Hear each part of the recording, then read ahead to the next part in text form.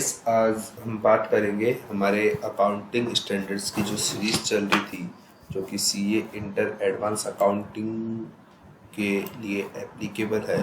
और आज सर हम उसमें बात करेंगे हमारे अकाउंटिंग स्टैंडर्ड 22 की। और जो भी हमारे चैनल पे नया है, मैं आप उसको बताना चाहूँगा कि हमने accounting standard 4, accounting standard 9 and accounting standard 19, ये तीनों स्टैंडर्ड्स हमने हमारे चैनल पे with practice question from practice manual से करवा के डाल दिए हैं। और जो भी अब अपन बात करेंगे AS22 की, और कंसोलिडेशन वाला चैप्टर भी आपको इसी चैनल पे मिल जाएगा, जिसकी वीडियो पहले ही डल चुकी है। अब बात करते हैं अपन AS22 की। तो AS22 का क्या नाम होता है? Accounting taxation of income. कि आपका क्या होता है, कभी कभार जैसे कि आपने पढ़ा भी होगा कि अकाउंट के अकॉर्डिंग देखा जाए, मतलब अकाउंट्स के अकॉर्डिंग देखा जाए, अकाउंटिंग के अकॉर्डिंग अपना प्रॉफिट कुछ और होता है, लेकिन जो टैक्सेबल प्रॉफिट होता है वो कुछ और होता है। क्योंकि कुछ खर्चे ऐसे होते हैं, कुछ इनकम ऐसी होती है जो कि अपन अकाउंट्स में तो अलाउ कर देते हैं, ठीक है, लेकिन जो टैक्स प्रोस्पेक्टिव से अपन उनको अलाउ नहीं करते, डिसअलाउ कर देते हैं। जैसे डोनेशन हो गया, जो कि परमानेंट डिफरेंस है कि डोनेशन कभी अलाउ नहीं होगा टैक्स में, तो उसका जो डिफरेंस होता है, तो उसी चीज़ों को कि वही जो टैक्सेबल इनकम और अकाउंटिंग इनकम में जो भी डिफरेंस है, उसको सेटल करने के लिए AS22 आया, जिसने बताया अकाउंटिंग टैक्सेशन ऑफ इनकम, जिसका नाम है। और वो कैसे डील करता है, अब हम बात करते हैं। मैंने इसको एकदम एक अच्छी तरह नोट्स में समराइज करा है, ताकि आपको कभी कोई दिक्कत नहीं आए इस AS को सॉल्व करते समय, इस AS की क्वेश्चंस को सॉल्व करते समय। अगर मैं बात करता हूँ कि इसमें सर कब अपने, पहली बात तो ये है कि सर इसमें आपको सिर्फ 2 चीज़ें ध्यान रखनी है, और वो 2 चीज़ें कौन कौन सी है वो मैं आपको बताता हूँ AS22 में। वो चीज़ें हैं सर ये कि आपको पता है कि अगर आपकी अकाउंटिंग इनकम और टैक्सेशन इनकम जो है, अगर वो इक्वल नहीं होगी तो ये AS22 डील करेगा। अब सर सिंपल सी बात है, कभी भी अकाउंटिंग इनकम और टैक्सेशन इनकम सेम नहीं होती। रेयर केस होता है जब वो सेम हो जाए, अदरवाइज वो सेम नहीं होती। तो अगर इन दोनों के बीच में अगर कोई डिफरेंस आ रहा है, तो सर वो जो डिफरेंस होता है वो 2 टाइप का होता है। जो ये डिफरेंस होता है ना सर, ये जो डिफरेंस होता है, ये डिफरेंस सर अपने पास 2 टाइप का होता है। पहला होता है सर टाइमिंग डिफरेंस, दूसरा होता है परमानेंट डिफरेंस। क्या होता है सर? पहला टाइमिंग डिफरेंस, दूसरा क्या होता है sir? Permanent difference. Clear? Yes sir. तो टाइमिंग डिफरेंस क्या होता है सर? टाइमिंग डिफरेंस होता है जो कि हमारे को ले जाता है, will lead to the deferred tax, deferred tax की ओर ले जाता है, जो कि डील करता है AS22। आई बात समझ में? तो इट मीन्स सर, कहने का मतलब ये हो गया कि अकाउंटिंग इनकम और टैक्सेबल इनकम में जो डिफरेंस होता है, और उस डिफरेंस में भी जो टाइमिंग डिफरेंस होता है, उससे AS22 डील करता है। और जो परमानेंट डिफरेंस होता है वो सर आपको आउट ऑफ द स्टैंडर्ड ले जाता है। AS22 उस डिफरेंस को डील ही नहीं करता। मतलब सर कहने का मतलब ये हो गया कि जैसे अकाउंटिंग इनकम आपकी 10,000 है, टैक्सेबल इनकम की आपकी इनकम है 8,000, तो सर जो डिफरेंस आ रहा है वो 2,000 का है। उस 2,000 के डिफरेंस में से सर 1,000 रुपए का डिफरेंस तो टाइमिंग डिफरेंस है, और 1,000 रुपए का जो डिफरेंस है वो एज एज्यूम मानते हैं अपन कि वो परमानेंट डिफरेंस है, ठीक है। तो सर ये जो 1,000 रुपए का डिफरेंस है, टाइमिंग डिफरेंस, उसको तो अपन AS22 के अकॉर्डिंग अपन एडजस्ट कर लेंगे, बट लेकिन जो 1,000 रुपए का परमानेंट डिफरेंस है सर, हम उसे कभी भी एडजस्ट नहीं कर सकते। हम उसे कभी भी एडजस्ट नहीं कर सकते, बिकॉज सर ये AS22 के स्कोप से ही बाहर है। आई बात समझ में? तो सर आपको कवर क्षेत्र समझ में आ गया, कवरेज समझ में आ गया आपको AS22 का? Yes sir. अब आगे चलते हैं अपन। जो सर टाइमिंग डिफरेंस होता है ना, टाइमिंग डिफरेंस का अब सर मतलब क्या होता है एक्चुअली में? टाइमिंग डिफरेंस का मतलब होता है वो डिफरेंस जो अराइज होता है इन 1 और मोर अकाउंटिंग पीरियड में। मतलब अकाउंटिंग पीरियड में आप जब अकाउंटिंग इनकम निकालते हो और उसी समय आप तब टैक्सेबल इनकम निकालते हो, तो जो भी डिफरेंस होता है वो अराइज होता है। और सर वो कैपेबल होता है रिवर्सिंग करने के लिए। क्या करने के लिए सर? रिवर्सिंग होने के लिए कैपेबल होता है इन 1 और मोर अकाउंटिंग पीरियड में, दैट इज टाइमिंग डिफरेंस। आई बात समझ में? Yes sir. इट मीन्स कि जो हमने 1000 रुपए का जो टाइमिंग डिफरेंस लिया था फर्स्ट एग्जांपल में, जो हमने 1000 रुपए का जो टाइमिंग डिफरेंस लिया था, उस 1000 रुपए के टाइमिंग डिफरेंस को अपन इस साल या आने वाले साल में एडजस्ट कर सकते हैं, तो वो टाइमिंग डिफरेंस है। और सर लेकिन जो ये परमानेंट डिफरेंस होता है, लेकिन सर ये जो परमानेंट डिफरेंस होता है वो सर नॉट रिवर्सिंग, हम उसे रिवर्स नहीं कर सकते, तो इसलिए हम उसे क्या कहते हैं सर? परमानेंट डिफरेंस कहते हैं। आई या नहीं आई बात समझ में? Yes sir. एक एग्जांपल ले लेते हैं, और जो परमानेंट डिफरेंस का जो सर सबसे बेस्ट एग्जांपल है वो है सर डोनेशन। वो क्या है सर? डोनेशन। इट मीन्स ये कि सर एक बात बताओ, जैसे आपको पता है, आपने टैक्स पढ़ी है तो आपको पता है कि जो डोनेशन होता है वो टैक्स में कभी अलाउ नहीं होता, लेकिन जब आप अकाउंट्स करते हो, जब पीएनएल अकाउंट बनाते हो अकाउंट्स के अंदर, तो आप डोनेशन को पीएनएल अकाउंट में डेबिट कर देते हो और आप अपना नेट प्रॉफिट निकाल लेते हो, ठीक है। लेकिन जब आप टैक्सेबल इनकम निकालते हो तो आप डोनेशन को पीएनएल अकाउंट के डेबिट में लिखते ही नहीं हो। तो इससे क्या होता है सर? आपका टैक्सेबल इनकम ज्यादा आके रखता है, क्योंकि सर आपके टैक्सेबल इनकम में खर्चा नहीं लिखा ना आपने डोनेशन, तो सर आपके टैक्सेबल इनकम ज्यादा आए रखता है, और जो अकाउंटिंग इनकम है वो कम आए रखता है। तो सर जो डिफरेंस हो गया, वो डिफरेंस किस कारण से अराइज हुआ? सर डोनेशन के कारण अराइज हुआ। और डोनेशन सर एक ऐसा डिफरेंस है जो कभी भी टैक्स में अलाउ नहीं होगा, हमेशा अकाउंटिंग और टैक्स में डिफरेंस आएगा अगर डोनेशन है तो। यस सर, यहां तक की बात समझ में आई? तो ये डोनेशन जो है ये एक परमानेंट डिफरेंस हो गया। इस परमानेंट डिफरेंस को सर आप कभी भी रिवर्स नहीं कर सकते ना, नहीं कर सकते, क्योंकि सर टैक्स जो टैक्सेबल इनकम है अकॉर्डिंग टू टैक्स लॉ के अकॉर्डिंग आप डोनेशन को कभी अलाउ नहीं करोगे, तो आपकी टैक्सेबल इनकम हमेशा ज्यादा रहेगी अगर डोनेशन का केस है तो। इट मीन्स कि सर जो डोनेशन वाला केस है वो कभी रिवर्स नहीं हो सकता ना, कभी उसे अपन एडजस्ट नहीं कर सकते ना, नहीं कर सकते सर। तो यही तो रीजन है कि परमानेंट डिफरेंस को आपने AS 22 से क्यों बाहर कर दिया। आई बात समझ में? Yes sir. अब क्लियर हो गया है टाइमिंग डिफरेंस और परमानेंट डिफरेंस में क्या चीज है समझने लाइक। क्लियर? Yes sir. तो सर एक बात बताओ कि जो टाइमिंग डिफरेंस होता है वो AS 22 कैसे डील करता है? मैंने आपको बताया था कि जो टाइमिंग डिफरेंस होता है वो डेफर्ड टैक्स की ओर ले जाता है, अभी बताया था ना। Yes sir. तो ये टाइमिंग डिफरेंस सर ये कैसे डील करता है ये तो बताओ मेरे को AS 22 के अंदर। Yes sir. जो टाइमिंग डिफरेंस होता है ना सर, ये डेफर्ड टैक्स की ओर ले जाता है, और जो डेफर्ड टैक्स होता है वो दो टाइप के होते हैं, या तो वो डेफर्ड टैक्स लायबिलिटी होगी या फिर वो सर डेफर्ड टैक्स असेट होगा। आपने पढ़ा भी होगा बचपन में, अपन लिखते थे deferred tax asset, deferred tax liability. Yes sir. तो ये डेफर्ड टैक्स लायबिलिटी और डेफर्ड टैक्स जो असेट्स की ओर ले जाता है जो आपका टाइमिंग डिफरेंस, तो सर ये डेफर्ड टैक्स लायबिलिटी अपन क्रिएट कैसे करते हैं? सर जब भी अपन डेफर्ड टैक्स लायबिलिटी क्रिएट करेंगे तो आप एंट्री क्या करोगे सर?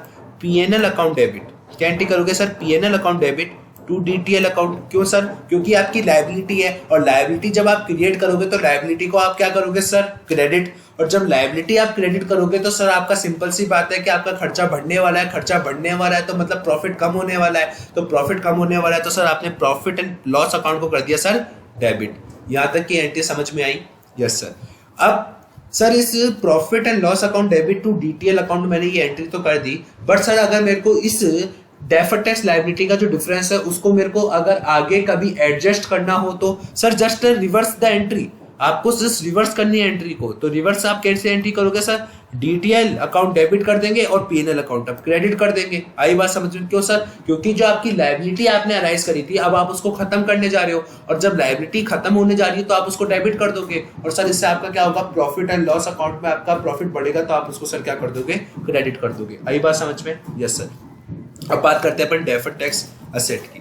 सर कभी कभार क्या होता है जो टाइमिंग डिफरेंस होता है वो कभी कभार सर आपका डेफर्ड टैक्स असेट की ओर भी ले जाता है। तो सर अगर डेफर्ड टैक्स असेट को अपन क्रिएट करेंगे तो एक तरीके से सर जो असेट है वो अपनी क्रिएट होगी तो सर वो डेबिट होगी और PNL अकाउंट क्रेडिट होगा। यस सर, ये बात समझ में आ गई। और जब हम रिवर्स करेंगे तो हमारी असेट कम होगी तो डेफर्ड टैक्स असेट को अपन क्रेडिट कर देंगे और PNL अकाउंट को सर हम डेबिट कर देंगे। यहाँ तक ये बात समझ में आई या नहीं आई? यस सर, ये बात भी समझ में आ गई कि डेफर्ड टैक्स लायबिलिटी का क्या फंडा है, डेफर्ड टैक्स एसेट का क्या फंडा है। बट सर अब मुझे एक बात ये बताओ कि कब अपन को क्वेश्चन में पता चलेगा कि अपन को डेफर्ड टैक्स लायबिलिटी बनानी है या डेफर्ड टैक्स एसेट बनाना है? तो सर इसका भी मेरे पास जुगाड़ है। सर ये रहा रूल आपके पास कि अगर आपकी असेट की और इनकम बढ़ी हुई है, किसकी? सर मैं अकाउंटिंग की इनकम की बात कर रहा हूँ, अकाउंट्स की इनकम। अगर आपकी सर अकाउंटिंग के दौरान, अकाउंट्स के हिसाब से अगर आपकी असेट और इनकम ज़्यादा है तो सर आप बिना सोचे समझे क्या बना देना सर? DTL बना देना। और अगर आपकी एक्सपेंसेस और लायबिलिटी ज़्यादा है अकाउंट्स के हिसाब से तो आप सर क्या बना देना, डीटीए बना देना। सर क्या बना देना, डीटीए बना देना। Otherwise just reverse, otherwise vice versa. आपको फिर क्या करना है सर, वाइस वर्सा ध्यान में रखना है। क्लियर। और ध्यान रखना सर, जब भी लॉस होगा तो लॉस में सर हमेशा डीटीए बनता है। क्या बनता है सर, डीटीए बनता है। तो सर इससे रिलेटेड एक एग्जांपल हो जाए, क्वेश्चन हो जाए तो सर और भी ज़्यादा बेस्ट है। तो क्यों नहीं अपन सर आईसीआई स्टडी मेट का अपन एक सर क्वेश्चन करते हैं जो अपन ने आईसीआई स्टडी मेट से देखा है, लिया है, और वो क्वेश्चन है एग्जाम्पल नंबर 1। ठीक है सर, सबको विजिबल है? Yes sir. क्या है लिखा हुआ है, Rama limited has provided the following information, depreciation as per accounting record और depreciation as per income tax record. तो सर आपको पता होना चाहिए कि जो अकाउंटिंग रिकॉर्ड है उसमें अपन डेप्रीशिएशन जितना भी अपने लगता है, जो भी अपने शेड्यूल सेकंड के हिसाब से निकाला है वो अपन अलाउ कर देते हैं सेक्शन 123 के अकॉर्डिंग। ठीक है, लेकिन जो इनकम टैक्स है उसके अंदर अपन डेप्रीशिएशन की इनकम टैक्स लॉ के अकॉर्डिंग अलाउ करते हैं। तो दोनों में सिंपल सी बात है, डिफरेंस होगा। और ये जो डिफरेंस है वो सर एक परमानेंट डिफरेंस नहीं होगी। जो डेप्रीशिएशन होता है उसको अपन बाद में रिवर्स कर सकते हैं कि टैक्स लॉ में जैसे कि अपन अकाउंट्स में अपना डेप्रीशिएशन बढ़ा सकते हैं ऐसे। क्लियर। तो सर ये जो डिफरेंस है कि डेप्रीशिएशन में 2 लाख है एज पर अकाउंटिंग रिकॉर्ड और इनकम टैक्स के रिकॉर्ड के अकॉर्डिंग 5 लाख है। क्लियर। Yes sir. तो एक बात बताओ, मैंने क्या बोला था, अब मुझे पता कैसे चलेगा कि सर, पहले तो ये देखो कि सर टाइमिंग डिफरेंस है क्या? यस सर, टाइमिंग डिफरेंस है। दूसरा स्टेप देखो कि सर कितने रुपए का टाइमिंग डिफरेंस है? सर 5 लाख और 2 लाख, मतलब सर 3 लाख रुपए का टाइमिंग डिफरेंस है। आई बात समझ में? यस सर, 3 लाख रुपए का टाइमिंग डिफरेंस है। अब एक बात बताओ सर, टाइमिंग डिफरेंस 2 चीजों को जन्म देता है, या तो डीटीए बनाएगा या डीटीएल बनाएगा, मतलब या तो असेट बनाएगा या लायबिलिटी बनाएगा। अब वो कब बना, पता कैसे चलेगा क्या बना रहा है? तो सर मैंने आपको क्या बताया था, अकाउंटिंग। अब देखो सर मैंने क्या बताया था, अगर अकाउंट्स के अकॉर्डिंग आपकी असेट और इनकम ज़्यादा है तो डीटीएल, एक्सपेंसेस और लायबिलिटी ज़्यादा है तो डीटीए। अब इस क्वेश्चन में देखते हैं सर अपन को क्या लिखा हुआ है। इस क्वेश्चन में सर अपन देखते हैं अपन को क्या लिखा हुआ है। सर अगर अपन इस क्वेश्चन में देखें तो एज पर अकाउंटिंग रिकॉर्ड के अकॉर्डिंग तो डेप्रीशिएशन 2 लाख है और इनकम टैक्स रिकॉर्ड के अकॉर्डिंग 5 लाख है। और ये है क्या डेप्रीशिएशन? सर खर्चा होता है, एक्सपेंसेस है। सर अगर डेप्रीशिएशन एक्सपेंसेस है तो एक बात बताओ सर, अगर डेप्रीशिएशन एक अगर एक्सपेंसेस होता है तो एक्सपेंसेस लायबिलिटी ज़्यादा है अकाउंट की ज़्यादा है क्या? देखना एक बार। नो सर, अकाउंट की तो जो डेप्रीशिएशन एक खर्चा है और जो कि कम है, किससे कम है? टैक्स से कम है ना। टैक्स की 5 लाख है और अकाउंट्स की 2 लाख है, मतलब सर अकाउंट के अकॉर्डिंग जो खर्चा है वो आपका कम है। अगर खर्चा कम है अकाउंट के अकॉर्डिंग, सर अगर अकाउंट के अकॉर्डिंग खर्चा कम है तो आपको क्या बनाना है सर? डीटीएल बनाना है। और अगर ज़्यादा होता तो क्या बनाते सर? डीटीए बनाते। अब आप देखो सर क्या बना रखा है क्वेश्चन ने सर डीटीएल बना रखा है या नहीं बना रखा? Yes sir, deferred tax liability बना रखा है सर फर्स्ट वाले में। तो वही मैंने कहा सर क्यों बना रखा है, क्योंकि अकाउंट्स के अकॉर्डिंग अगर आपकी एक्सपेंसेस और लायबिलिटी, अगर आपकी एक्सपेंसेस और लायबिलिटी ज़्यादा होती है तो डीटीए बनता है, अदरवाइज डीटीएल बनता है। तो एक्सपेंसेस ही था ये, और एक्सपेंसेस था उसी के साथ अगर अकाउंट है प्लस कम भी है अकाउंटिंग की तो सर फिर तो डीटीएल बनेगा ना। आई बात समझ में? Yes sir. अब दूसरा पढ़ते हैं, unamortized preliminary expenses as per the tax record. Sir unamortized preliminary expenses sir एक तरीके का क्या होता है? सर ये एक तरीके का हमारी असेट होती है। अनअमोटाइज्ड प्रीलिमिनरी एक्सपेंसेस हमारी असेट है और असेट टैक्स रिकॉर्ड के अकॉर्डिंग कितनी गिवन है सर? 30,000, और अकाउंटिंग रिकॉर्ड की गिवन नहीं है। तो सर हम ये मानते हैं कि अकाउंटिंग रिकॉर्ड की 0 है। तो अब पता कैसे चलेगा सर क्या है? एक बात बताओ, असेट है ना? Yes sir, unamortized preliminary expenses एक असेट है। आपकी असेट जो है अकाउंटिंग रिकॉर्ड की अगर ज़्यादा होती तो डीटीएल बनता, कम है तो डीटीए बनेगा। सर इस क्वेश्चन में असेट जो है अकाउंटिंग रिकॉर्ड की 0 है, टैक्स रिकॉर्ड की 30,000 है। इट मीन्स कि सर जो अकाउंटिंग के अकॉर्डिंग जो आपकी असेट है वो सर कम है। अगर कम है तो क्या बनाएंगे सर? डीटीए बनाएंगे। कम है तो क्या बनाएंगे सर? डीटीए बनाएंगे। तो सर अपन देखो डीटीए बनाया होगा 30,000 का, डीटीए बनाया होगा। ठीक है सर, क्लियर। अब सर ये डिफरेंस हो गया, टाइमिंग डिफरेंस है हमारे पास। यस सर, ये तीनों पैराग्राफ सर मेरे को यहाँ तक के तो समझ में आ गए। ठीक है। अब सर एक्चुअली में कितने का टाइमिंग डिफरेंस बनेगा, तो सर जो टैक्स रेट है आपके पास उस टैक्स रेट से सर आपको मल्टीप्लाई करना है जो आपके पास डिफरेंस का अमाउंट आया है। 3 लाख मल्टीप्लाई बाय अगर आप 50% करते हो तो सर 1,50,000 आता है। ऐसे सर 30,000 को जब आप 50% से मल्टीप्लाई करते हो तो सर 15,000 आता है। आई या नहीं आई बात समझ में? यस सर, क्लियर हो गया। तो आपके पास डेफर्ड टैक्स लायबिलिटी बना 1,50,000, डेफर्ड टैक्स असेट बना 15,000। तो सर अपन नेट करके बता सकते हैं कि हमारे पास 1,35,000 का बच गया net deferred tax liability. Yes sir, clear हो गई बात। आई या नहीं आई बात समझ में? Yes sir. सर इस लाइन का मतलब क्या है? सर इस लाइन का मतलब क्या है? ये लाइन बहुत ही इंपॉर्टेंट है, आपको पता नहीं होगी सर, कि there is a adequate evidence of future profit sufficiency. It means sir अगर ये लाइन नहीं लिखी होती, सर ढंग से सुनना, अगर ये लाइन नहीं लिखी होती तो आप सर डीटीए क्रिएट नहीं कर सकते, क्योंकि फर्स्ट कंडीशन डीटीए क्रिएट करने में ये होती है कि आपके पास सर फ्यूचर प्रॉफिट होना चाहिए। आपके पास सर फ्यूचर प्रॉफिट होना चाहिए, तभी आप डीटीए क्रिएट कर सकते हो। आई बात समझ में? Yes sir. सेकंड क्वेश्चन देखें। सेकंड क्वेश्चन सर थोड़ा सा हार्ड है, अभी अपन देखते हैं। और इसके अलावा कोई क्वेश्चन है क्या? नो सर, इसके अलावा और कोई क्वेश्चन नहीं है। बट सर आपको समझ में आ गया कब अपन को डीटीएल बनाना है? यस सर, समझ में आ गया कि अगर हमारी अकाउंट्स की, आपको किसकी देखनी सर? अकाउंट्स की असेट और इनकम को टैक्सेशन की से तुलना करनी है। अगर अकाउंट्स की असेट इनकम ज़्यादा है तो डीटीएल बनता है। क्या बनता है? डीटीएल बनता है। और अगर सर कम है, और सर अगर कम है असेट और इनकम तो डीटीए बनता है। ऐसे ही एक्सपेंसेस और लायबिलिटीज आपकी अकाउंट्स की टैक्सेशन से तुलना करनी है। अगर एक्सपेंसेस लायबिलिटी ज़्यादा है तो डीटीए बनेगा, अदरवाइज डीटीएल बनेगा। क्लियर? Yes sir. अब आपको क्या निकालना है सर? कैलकुलेट करना है करंट टैक्स। अब ये सर सेकंड टॉपिक है जो मैं आपको समझाने जा रहा हूँ। सर क्या होता है कि अगर आपके पास नॉन मिनिमम अल्टरनेटिव टैक्स का केस हो, it mean sir non MAT का, सर किसका? मैट का केस ना हो, जिसे हम कहते हैं मिनिमम अल्टरनेटिव टैक्सेशन। एक स्कीम है जो आप टैक्स में पढ़ोगे। अगर वो केस नहीं होता, टैक्स पेयर नॉर्मल स्कीम से टैक्स पे करता है, तो सर जो आपकी टैक्सेबल इनकम होती है और मल्टीप्लाई बाय जो सर टैक्स रेट है, वो आपका क्या होता है सर? करंट टैक्स होता है। करंट टैक्स सर अगर आप रेगुलर स्कीम यूज करते हो, इट मीन सर आप non minimum alternative tax use करते हो, तो सर जो आपके पास टैक्सेबल इनकम है वो मल्टीप्लाई कर दोगे टैक्स रेट से, तो सर आपके पास क्या जाता है? करंट टैक्स आ जाता है।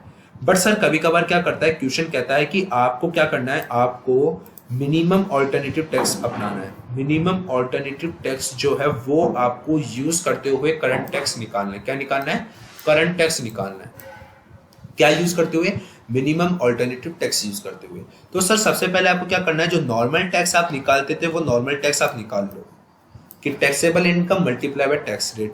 फिर क्या करना है सर? आपको जो मैट इनकम है, मैट इनकम सर आपको क्वेश्चन में गिवन होगी, मिनिमम ऑल्टरनेटिव टैक्सेशन की जो इनकम है वो, और मल्टीप्लाई कर दो सर मैट की टैक्स रेट, मतलब मिनिमम ऑल्टरनेटिव टैक्स रेट से आप मल्टीप्लाई कर दो। जो आएगा और जो इन दोनों में से हायर होगा, वो सर आपका क्या होगा? करंट टैक्स माना जाएगा। मतलब सर एक बार मैट की इनकम पे मैट टैक्स रेट से टैक्स निकाल लो, और एक बार टैक्सेबल इनकम से टैक्स रेट से टैक्स निकाल लो। विच एवर इज हायर, वो सर आपका क्या होगा? करंट टैक्स होगा। और करंट टैक्स होने के कारण वो सर कहाँ ट्रांसफर हो जाएगा? पीएनएल अकाउंट में ट्रांसफर हो जाएगा। एक क्वेश्चन है सर, वो क्वेश्चन देखते हैं सर। ये देखो क्या लिखा हुआ है? टैक्सेबल इनकम है 5 लाख, मैट की इनकम है 7 लाख, टैक्स रेट 20% है और मैट टैक्स रेट है 40%। तो सर आपको क्या करना है? 5 लाख का 20% निकाला, पहले आ गया 1 लाख। ठीक है। ऐसे 7 लाख का 40% निकाला, कितना आ गया सर? 2,80,000। तो whichever is higher sir? 2,80,000 is higher, so it is transfer to the PNL account. आई यानी यही बात समझ में? यस सर, क्लियर हो गया करंट टैक्स की कैलकुलेशन भी। तो सर इसी के बेसिस पर अपन एक क्वेश्चन करते हैं जो अपना आईसीआई की बुक का क्वेश्चन, एग्जाम्पल नंबर 2 है। From the following detail of a limited for the year ended, इतना कैलकुलेट करना है the deferred tax asset and liability as per AS 22 and amount of the tax to be debited to the profit and loss for the year. ठीक है। Accounting profit कितना है sir? 6 lakh है। Book profit as per MAT इतना है, profit as per income tax इतना है, tax rate इतना है, मैट रेट इतना है। क्लियर? Yes sir. क्या निकालना है आपको? सबसे पहले क्या कैलकुलेट करना है आपको? डेफर्ड टैक्स असेट और लायबिलिटी। डेफर्ड टैक्स एसेट और लायबिलिटी कैलकुलेट करनी है तो सर मैंने आपको बताया था आपको क्या ध्यान में रखना है, अकाउंटिंग प्रॉफिट मतलब अकाउंटिंग की इनकम और जो रेगुलर टैक्सेशन की जो इनकम है वो ध्यान में रखनी है। फिर अपन को मैट भूल जाना है थोड़ी देर के लिए, थोड़ी देर के लिए हमारे को ये जो मैट वाला कॉन्सेप्ट है उसको भूल जाना है, क्योंकि हमारे से क्वेश्चन में फर्स्ट डिमांड करी है डेफर्ड टैक्स एसेट्स और डेफर्ड टैक्स लायबिलिटी की। ठीक है, तो सर जो ये अकाउंटिंग प्रॉफिट है वो कितना है सर, हमारे पास 6 लाख है और profit as per income tax act कितना है सर, 60,000 है। तो सर एक बात बताओ, अकाउंटिंग प्रॉफिट आपका ज्यादा है? यस सर, अकाउंटिंग प्रॉफिट ज्यादा है, मतलब आपकी असेट और इनकम अगर अकाउंट्स की ज्यादा होती है तो हम क्या बनाते हैं सर, हम सर डीटीएल बनाते हैं। क्या बनाते हैं सर, हम डीटीएल बनाते हैं, ये लिखा हुआ सर। अगर अकाउंट्स की असेट और इनकम ज्यादा होती है तो सर हम डीटीएल बनाते हैं। ठीक है सर, तो हम डीटीएल बनाएंगे। यस सर, डीटीएल बनाएंगे। कितना बनाएंगे सर, 6 लाख में से 60,000 माइनस करेंगे तो 5,40,000 मल्टीप्लाई करेंगे सर, टैक्स रेट कितनी है सर, 20%। तो 5,40,000 मल्टीप्लाई बाय 20%, इट मीन्स की सर 1,08,000 का हमारे को डीटीएल बनाना पड़ेगा। यस सर, डीटीएल जो बनेगा हमारा वो बनेगा 1,08,000 का, जो मैंने आपको बता दिया। आइए यही बात समझ में सर, जैसे मैंने तरीका बताया वैसे करना सर, इस वाले तरीके को फॉलो मत करना। मैंने क्या बताया सर आपको कि अकाउंटिंग प्रॉफिट और जो टैक्सेशन की जो प्रॉफिट है दोनों का डिफरेंस लेना, 5,40,000 मल्टीप्लाई करना 20%, तो सर आपके पास क्या आ जाएगा, 1,08,000 आपके पास डेफर्ड टैक्स लायबिलिटी आ जाएगी। जैसा कि सर हमने एग्जांपल नंबर फर्स्ट में किया था, वही डिफरेंस आया था, डिफरेंस को सर हमने टैक्स रेट से मल्टीप्लाई कर दिया था। आई नहीं, यही बात समझ में? यस सर, पहले क्वेश्चन की डिमांड तो खत्म। फिर क्या लिखा है, द अमाउंट ऑफ टैक्स जो डेबिट किया जाएगा प्रॉफिट एंड लॉस अकाउंट में। तो sir profit and loss account में तो हमेशा अक्रूरल बेसिस पे डेबिट होता है, और अक्रूरल बेसिस का मतलब होता है इस साल का करंट टैक्स निकालना है, मतलब अपन को एक तरीके से। तो करंट टैक्स की कैलकुलेशन मैंने सर कैसे बताई थी कि अगर नॉन मिनिमम अल्टरनेटिव टैक्स वाला केस है या मिनिमम अल्टरनेटिव टैक्स वाला केस है, सर ये तो मिनिमम अल्टरनेटिव टैक्स वाला केस है। तो सर इसमें सबसे पहले क्या करना होता है, मैट प्रॉफिट पे क्या बताया था सर मैंने सबसे पहले आपको, इसमें मैंने आपको बताया था सर सबसे पहले क्या बताया था मैंने आपको, इसमें बताया था कि आपको मिनिमम अल्टरनेटिव टैक्स वाले केस में टैक्सेबल इनकम और टैक्स रेट से टैक्स निकाल लो। ठीक है, टैक्सेबल इनकम कितनी है सर, हमारी टैक्सेबल इनकम है 60,000 और टैक्स रेट है 20%, तो निकाल लो सर कितना होता है 12,000। क्लियर? यस। फिर मैट की इनकम कितनी है 3,50,000 मल्टीप्लाई कर दो सर अब कितने से, इसको 7.50% से, तो सर दोनों की टैक्स आ जाएगा। यस सर, इसका आ गया 12,000, इसका आ गया 26,250। तो sir whichever is higher, sir 26,250 is higher. ठीक है, तो सर टोटल आपका कितना पीएनएल अकाउंट में डेबिट होगा सर, एक तो ये करंट टैक्स माना जाएगा, आपका करंट टैक्स क्या माना जाएगा सर, 26,250। आइए नहीं, यही बात समझ में? यस सर, क्योंकि करंट टैक्स की कैलकुलेशन मैंने क्या बताई थी मिनिमम अल्टरनेटिव टैक्स वाले केस में कि सर आपको टैक्सेबल इनकम से टैक्स निकालना है और एक बार मैट इनकम से टैक्स निकालना है, फिर विच एवर इज हायर वो आपका करंट टैक्स होगा। यस सर, ठीक है, ऐसा ही मैंने इस क्वेश्चन में भी करा। तो ये 60,000 पे टैक्स निकाला मैंने रेगुलर टैक्स, और ये मैट की इनकम पे मैट टैक्स रेट से मैंने निकाला टैक्स।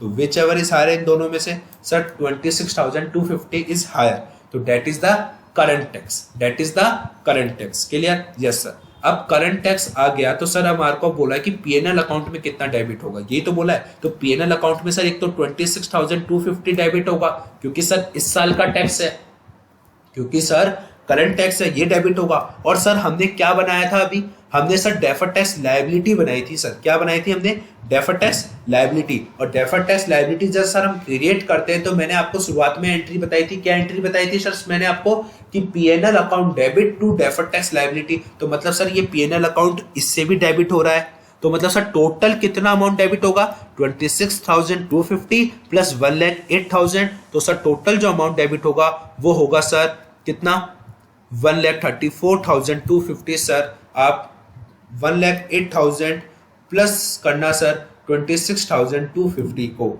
आई या नहीं, यही बात समझ में? यस सर, क्लियर हो गया। तो मतलब सर आपको ये जो बुक का सॉल्यूशन है वो बहुत थोड़ा टिपिकल दे रखा है। आपको क्या करना है सर, सबसे पहले डेफर्ड टैक्स एसेट है, डेफर्ड टैक्स लायबिलिटी क्रिएट करनी, कैसे करनी है, accounting profit minus taxable profit multiply by tax rate. तो डेफर्ड टैक्स लायबिलिटी आ जाएगी, लिख देना, लिखना it is transfer to the PNL account.